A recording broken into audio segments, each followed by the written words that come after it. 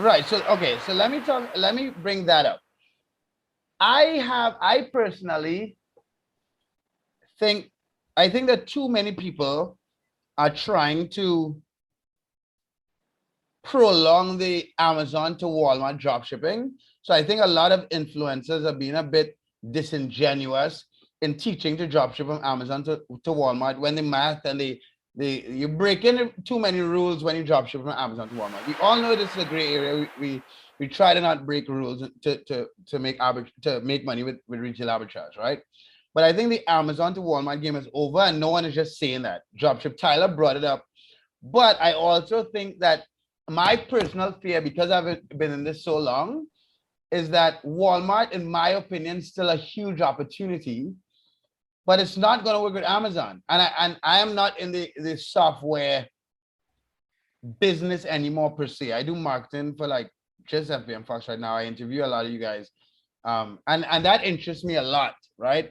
And I think, I know you brought up earlier in the conversation that a lot of other software does price tracking or price changing for a lot of suppliers.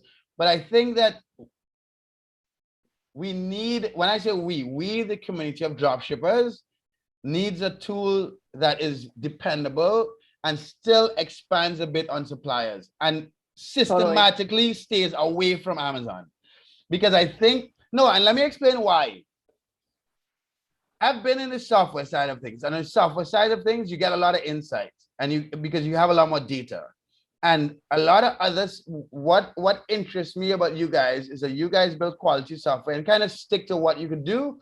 And I've seen other software companies build something and just have influencers lie about how reliable it is to keep selling it, right? Like just be, I have 1,700 videos. This is who I am. So this is, let me put a disclaimer. This is Mark, not Jessica, right?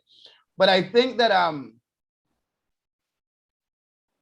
the size of the Walmart marketplace and the limited amount of, so Walmart sells a lot themselves, and they have a big market. They have a lot of customers. I've looked at some of the data, right? Um, and there's little competition in a lot of categories. So I think that one of the, and I've noticed that because of how I personally do product research. I'm trying to stick to like our conversation on software, right? But I think the data that we have on the amount of sales is happening and opportunity in the categories should give a software company like you guys, like kind of encourage you guys to look at expanding the suppliers, but find a middle ground. Because I've used a lot of the other software that, yeah, they supply everything and it's not consistent. Um, so I get what you're saying. And then the other thing that you guys solve is with uploading tracking numbers and at a timely fashion. That's something else that needs to happen with multiple suppliers. So for instance, I actually dropship on Walmart from Target, and one of the bigger suppliers now is eBay, which is strange. Dropshipping from eBay to Walmart. So I'm gonna look at some data, some accounts, and send it to you and see if you can look at what you guys could do. But that's something I wanted to talk about. What would it take to convince you guys as a company to add more suppliers to the Walmart list and the Walmart platform?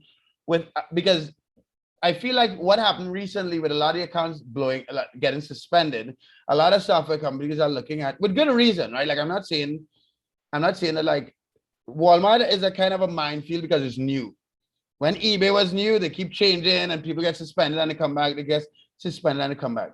And I think Walmart, I know that Walmart is kind of in that place, but one of the reasons I wanted to have this conversation is because of that. My hope is that you guys do not look for tweaking it a little bit. And one of the main things is to add more suppliers. I don't know if it like you will want to focus on 4 main suppliers based on a certain number. How do you guys make that decision? How do you make a decision how to add a supplier? Usually it's pretty simple. Usually it's a big seller who calls and his is like, I don't have good tools for this. I'm already doing it successfully, but I'm drowning. They're like, I'm drowning. I can't do this anymore. I need engineering. That's usually what starts us getting building when someone is really committed and or has already proven how it works, right? Another alternative is just like maybe a small group of sellers who are all committed to selling from this source. They can all come as one and be like, hey, we're serious. We actually need this. Because so many times people are like, can you build this for us, please? And we build it and then they go, they like disappear. It's so sad. Okay, it's like, okay, but it's like dating, you know? no, but let me challenge you on something. Let me challenge you on something, right? Early in this drop shipping, because I was making a video about the evolution of drop shipping, right? Early in this drop shipping game or process, it was a lot about a lot of influencers or a lot of strategies being sold, and then the software companies realize, wait, there's a problem, let's fill that need. But I think that because of how dropshipping has evolved, and it has already got to a point where a lot of stuff is automated, a lot of the decision making on where to sell starts with the automation and starts with the software, as opposed to before when it starts with, this is the strategy we should use, and then you get a big dropshipper that's worked really hard. You see what I'm saying? Yeah, it's like build it and they will come, right? Yeah. I mean, there's definitely some of that chicken and egg debate. And Walmart is for sure a huge opportunity. Walmart wants to eat Amazon. Amazon's like over here, and Walmart's like this far from being number one. Like they're so far from being number one, but they have the like biggest retail footprint in the United States, I think. They want to be number one, but they're really, really far from being number one, which means in the space between where Walmart is and where Amazon is, all of this is opportunity. Yeah. Right. So it's going to be messy. As we know, with like dropshipping on eBay, there were so many policy changes. It's basically growing pains. And people have to be really smart and careful, because right now Walmart's just trying to crack down, but they'll get bored, they'll get distracted, but then they'll come back and crack down again when they're like, oh crap, I forgot about that thing. So it's always cyclical. And so we have to play our cards really right? We have to make sure that the creative, clever dropshippers are out there protecting their accounts thoughtfully. And we're observing very, very carefully to be like, what is the opportunity? What's our next move here? How do we play this?